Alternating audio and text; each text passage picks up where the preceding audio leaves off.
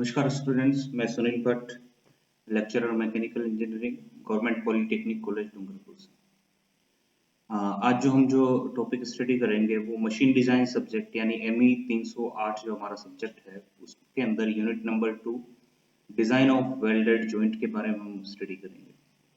तो जैसा कि हम जानते हैं जॉइंट्स का मतलब ये होता है कि दो कंपोनेंट या दो पार्ट्स को जोड़ना, और वेल्डेड जॉइंट का मतलब ये है कि उस जॉइंट का मेथड क्या है। जॉइंट अलग अलग टाइप के हो सकते हैं, जैसे स्क्रू बोल्ट ये भी जॉइंट है, नट बोल्ट ये भी जॉइंट है, और वेल्डिंग ये भी एक तरीके से जॉइंट है, कॉटर जॉइंट, नकल जॉइंट, ये सारे जॉइंट्स हैं। लेकिन यहाँ पर जो स्पेसिफिक हम स्टडी कर रहे हैं वेल्डेड जॉइंट।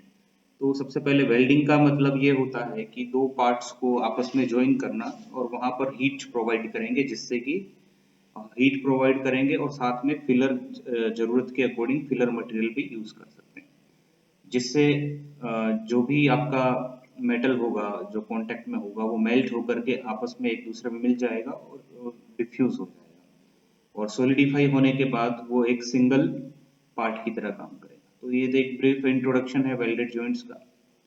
तो अब हम बात करते हैं डिजाइन ऑफ वेल्डेड जॉइंट। ये जो हम पर्टिकुलर सब्जेक्ट पढ़ रहे हैं इसका एम क्या है। तो यहाँ देखिए, design of welds that are obtained by fusion weld process. जो फ्यूजन वेल्ड प्रोसेस है उनके थ्रू जो वेल्डिंग जॉइंट मिलते हैं उनका डिजाइन का हम स्टडी करेंगे। एडवांटेजेस जो है वेल्डेड जॉइंट की, क्या क्या एडवांटेजेस है ओवर रिवेटेड जॉइंट्स। रिवेटेड या स्क्रू या दूसरे तरीके के जॉइंट्स में के कंपैरिजन में जो एडवांटेज है, सबसे पहला देखिए 100% leak proof joint is possible. यानी वेल्डेड जॉइंट से लीक प्रूफ जॉइंट मिलता है, यानी किसी तरीके का कोई उसमें पोरोसिटी या कोई परमिसिबल किसी फ्लूइड को जाने आने के लिए कोई जगह नहीं मिलती। ठीक है, लीक प्रूफ के तौर पे हम यूज कर सकते हैं। Efficiency of welded joint is more. Welded joint की जो एफिशिएंसी होती है वो काफी अच्छी होती है। Weight of welded joint is less.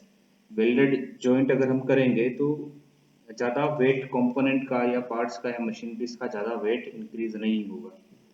Production time is less और काफी क्विकली हो जाता है। कुछ डिसएडवांटेजेस भी है इस मेथड के वेल्डिंग के।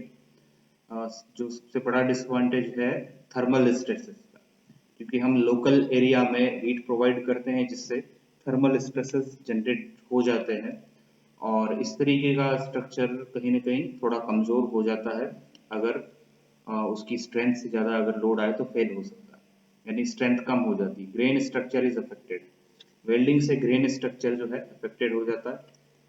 तीसरा डिसएडवांटेज है स्किल्ड लेबर आर रिक्वायर्ड, यानी इसको परफॉर्म करने के लिए लेबर में जो वर्कर होगा उसमें अच्छी वेल्डिंग की स्किल या एक्सपीरियंस होना चाहिए। इसको हर कोई परफॉर्म नहीं कर सकता। अब देखिए टाइप्स ऑफ वेल्ड्स। वेल्ड जो वेल्डिंग हम करते हैं उसके कितने टाइप हैं वो देखिए। एक तो पहला है टेक वेल्ड। टेक वेल्ड का मतलब ये एक तरीके से जांच करने के लिए या एक वेल्डिंग शुरुआत करने से पहले या दो कंपोनेंट को जब जोड़ते हैं तो सबसे पहले अलग अलग पॉइंट पर उसको टैग कर दिया जाता है और उसके बाद उस पर वेल्डिंग पूरी तरीके से परफॉर्म की जाती है, यानी एक एडजस्टेबल टाइप की वेल्डिंग वेल्डिंग हो जाती है। फिर है फिलेट वेल्ड। फिलेट वेल्ड का मतलब होता है ये ज्यादातर लैप जॉइंट के को वेल्ड करने के काम आती है, लैप जॉइंट बनाने में काम आती है। इसके अंदर जो है एक ट्रायंगल, इस प्रकार के जो वेल्ड इस तरीके का जो वेल्डिंग होगा उसका अगर क्रॉस सेक्शन अगर हम देखें तो एक ट्रायंगल हमें दिखता हुआ नजर आएगा। जनरली लैप जॉइंट में ये काम आता है। बट वेल्ड जो कि बट वेल्डिंग, बट जॉइंट बनाने के लिए दो कंपोनेंट में बट जॉइंट बनाते हुए वेल्ड करने के लिए काम में आएगा। एज जॉइंट यानी दो कंपोनेंट अगर अपने किनारों पर यानी एज पे अगर जुड़े हुए हैं तो उस केस में जो वेल्ड बनता है वो एज जॉइंट कहलाएगा। अब यहाँ पर देखिए इस डायग्राम के थ्रू हम समझ सकते हैं, जैसे ये वाला जो ए है ये हमारा फिलेट वेल्ड है। ये अलग अलग कंपोनेंट है, कंपोनेंट 1 2 और कंपोनेंट 3 4 5 6, ये 6 कंपोनेंट्स है जो आपस में जुड़े हुए हैं। कंपोनेंट 1 और 2 के बीच में जो वेल्ड है वो फिलेट वेल्ड है। अब यहाँ पर देखिए कंपोनेंट 2 और 3 के बीच में अगेन यहाँ पर फिलेट वेल्ड है। और फिर आप देखिए कंपोनेंट 2 और 4 यानी ये जो जॉइंट है ये हमारा बट जॉइंट है, तो ये वेल्डिंग जो कहलाएगी बट वेल्ड कहलाएगा। अगेन ये वाला जो कंपोनेंट 4 और 5 के बीच में जो है आप देखिए वेल्ड है, अगेन फिलेट वेल्ड है। और फिर आप देखिए यहाँ पर देखिए ये हमारा अगेन बट वेल्ड है, लेकिन स्क्वायर नहीं है, ये वाला स्क्वायर वेल्ड था और ये वाला वी शेप्ड बट वेल्ड हो जाएगा। तो इस तरीके से हम इसको करेंगे। अब देखिए आगे देखिए टाइप्स ऑफ फिलेट वेल्ड। अब हम स्पेसिफिक में जाते हैं, फिलेट वेल्ड की बात करते हैं। अब फिलेट वेल्ड भी कई तरीके के होते हैं, तो parallel fillet weld, transfer fillet weld और कंपाउंड फिलेट वेल्ड। तो यहाँ देखिए पैरेलल का मतलब दो कंपोनेंट इस तरीके से जब जुड़ेंगे, कंपोनेंट 1 कंपोनेंट 2, और लोग इनकी इन कंपोनेंट्स का जो मेन एक्सिस होगा, ये जो हमारा मेन एक्सिस है यानी जिसके अकॉर्डिंग लॉन्गिट्यूडनल एक्सिस यानी जिसके अलोंग लोड है, उसके पैरेलल अगर वेल्डिंग की हुई हो, फिलेट वेल्डिंग अगर पैरेलल की हुई हो लोड के, तो हम उसे कहेंगे पैरेलल फिलेट वेल्ड जॉइंट। अगर दो साइड है तो इसको डबल बोलेंगे, सिंगल है तो सिंगल बोलेंगे। अब ये देखिए ये ट्रांसफर वेल्ड है, ट्रांसफर फिलेट वेल्ड। ट्रांसफर का मतलब perpendicular to the load, load की जो डायरेक्शन है, ये देखिए ये लोड की डायरेक्शन है, इसके परपेंडिकुलर हमने वेल्डिंग कर रखी है। ये बॉटम में है और ये प्लेट के ऊपर है, मतलब ऊपर से ये नजर आ रहा है, ये नीचे की तरफ छिपा हुआ है हिडन। तो ये हमारा डबल ट्रांसफर वेल्ड जॉइंट। ये कंपाउंड तरह का वेल्डिंग होता है, कंपाउंड वेल्ड। ये भी फिलेट वेल्ड ही है, लेकिन कंपाउंड जो है ट्रांसफर और parallel fillet weld, compound transfer parallel fillet weld. तो कंपाउंड क्यों है, क्योंकि देखिए लोड की डायरेक्शन ये है, तो ये दोनों पैरेलल वेल्ड हो गए और ये ट्रांसफर, तो दोनों अगर इफेक्ट इसमें नजर आ रहे हैं तो हम इसे बोलेंगे कि ये कंपाउंड वेल्ड। अब हम बात करते हैं फिलेट वेल्ड जो है हमारा, उसकी स्ट्रेंथ के बारे में।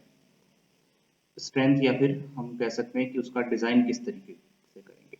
अब डिजाइन का मतलब ये होता है कि दो कंपोनेंट जो आपस में जुड़ने हैं और उन पर कोई ना कोई लोड एप्लीकेबल है। जैसे मान लीजिए दो कंपोनेंट है, कंपोनेंट 1 कंपोनेंट 2 आपस में जुड़ेंगे, तो डिजाइन का मतलब ये होता है कि इनको जोड़ने के लिए हमें फिलेट वेल्ड करेंगे, और ये जो भी लोड इस पे लगेगा वो इस फिलेट वेल्ड द्वारा टॉलरेट किया जाएगा या फिर उसमें सेफली इसको, इस असेंबली को मेंटेन रखेगा। तो ये चीज हमारी कहलाती है डिजाइन।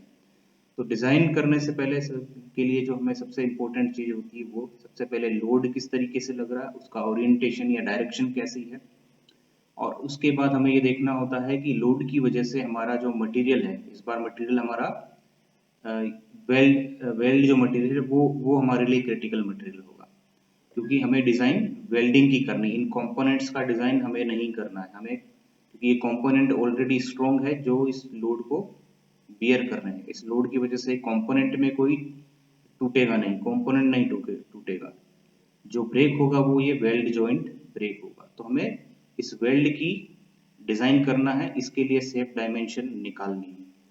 तो हमें क्या करना होगा कि इस डायमेंशन के अंदर, मतलब इस वेल्डिंग के अंदर, इस वेल्ड के अंदर हमें निकालना होगा कि किस सरफेस पे या किस एरिया पर मैक्सिमम स्ट्रेस आएगा, यानी कौन सा एरिया या कौन सी लेयर इसकी क्रिटिकल है। तो ये करने के लिए देखते हैं हम, मान लीजिए हम एक वेल्ड जॉइंट फिलेट वेल्ड लेते हैं इस तरीके से, इसका एक कोई भी क्रॉस सेक्शन लेंगे तो कुछ इस तरीके से होगा। इस वेल्ड की जो डायमेंशन होगी, ये वाली साइड को हमने नाम दिया टी, ये वाली भी टी।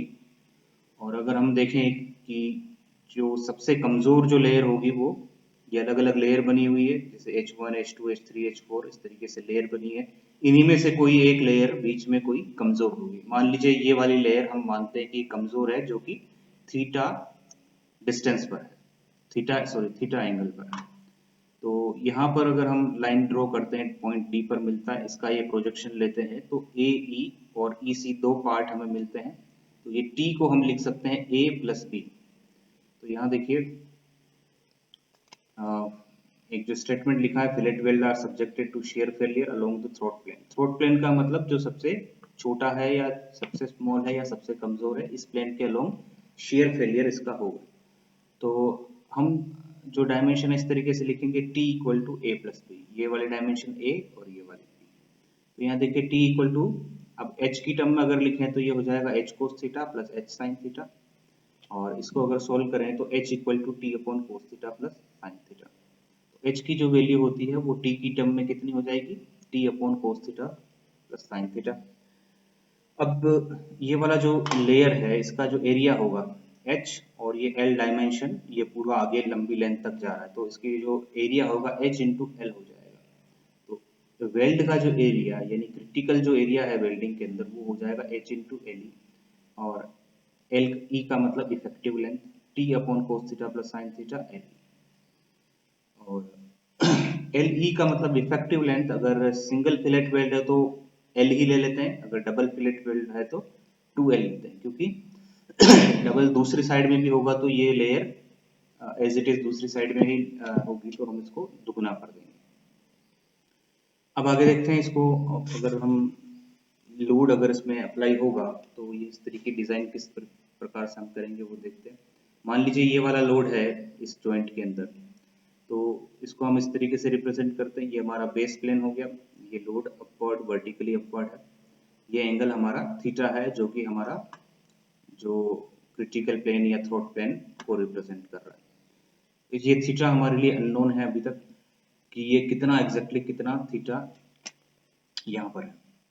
तो P जो होगा, ये एंगल अगर थीटा है तो ये 90 माइनस थीटा, ये अगेन थीटा हो जाएगा। P की जब कंपोनेंट हम निकालेंगे along the throat and perpendicular to the throat, तो हम यहाँ देखते हैं कि ये लोड जो होगा P cos थीटा, ये वाला लोड होगा P sin थीटा। और शेयर स्ट्रेस अगर हम अब देखिए इस डायरेक्शन यानी थ्रोट के अलोंग अगर ये लोड आ जाता है तो ये इसको शेयरिंग प्रोवाइड करेगा, शेयरिंग एक्शन करेगा, तो शेयर स्ट्रेस होगा P sin theta upon area of throat layer, तो एरिया ऑफ थ्रोट लेयर होगा H इंटू एल। तो shear stress equal to P sin theta upon H की value T upon cos theta plus sine theta, जैसे पहले निकाल चुके हैं, into L. Shear stress हो जाएगा P sin theta upon T L E into cos theta sine theta, ऊपर चला जाएगा कोस थीटा प्लस साइन थीटा। और अगर हम थ्रोट प्लेन की जो है लोकेशन अगर फाइंड आउट करना चाहते हैं तो हमें शेयर स्ट्रेस जो होगा वो इस पर्टिकुलर में मैक्सिमम होगा। जब शेयर स्ट्रेस मैक्सिमम होगा तो इसका फर्स्ट डेरिवेटिव जीरो होगा, तो D shear stress divide by D theta equal to zero. यहाँ पर थीटा के रेस्पेक्ट में इसको हम इंटीग्रेट करेंगे, तो देखिए sine theta cos theta sine square theta D theta by D by D theta of sine theta cos theta plus sine square theta equal to इसको जीरो करेंगे, तो फाइनल जो वैल्यू आएगी 10 2 theta equal to -1 2 theta equal to 135 degree theta equal to 67.5 degree. यानी जब इस तरीके का लोड होगा तो जो क्रिटिकल प्लेन होगा उसमें थीटा की वैल्यू 67.5 डिग्री जो है एंगल आएगा, वहां पर इससे ये फेल होने के चांसेस सबसे ज्यादा होंगे। तो h की जो वैल्यू आई हमारे पास 0.765 t। और अगर हम इसको सेफ डिजाइन में रखना चाहें तो tau maximum should be permissible से कम होना चाहिए, तो p sin theta upon 0.765 t le less than tau permissible, p should be less than ये हो जाएगा 0.832 le t परमिसिबल। और अब आगे देखते हैं, अगर मान लीजिए हम इसको, अगर लोड हमारा कुछ इस तरीके से है,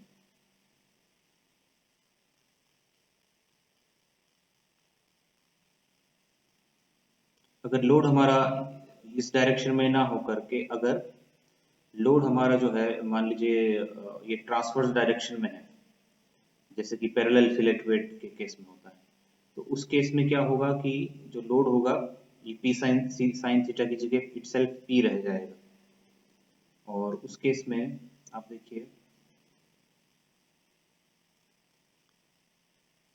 जो शेयर स्ट्रेस आएगा P अपॉन AW यानी P upon T upon cos theta plus sine theta LE, और इसको जब सिंप्लीफाई करेंगे ऊपर sine theta plus cos theta D by D theta of sine theta plus cos theta tan theta equal to 1 यानी theta equal to 45 degree.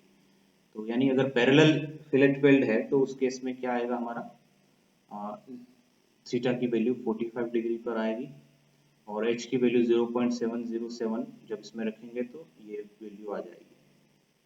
और इसको safe design करेंगे तो maximum stress should be less then permissible stress PS upon A weld should be less than permissible stress P upon 0.707 TLE less than tau permissible P should be less than equal to 0.707 TLE।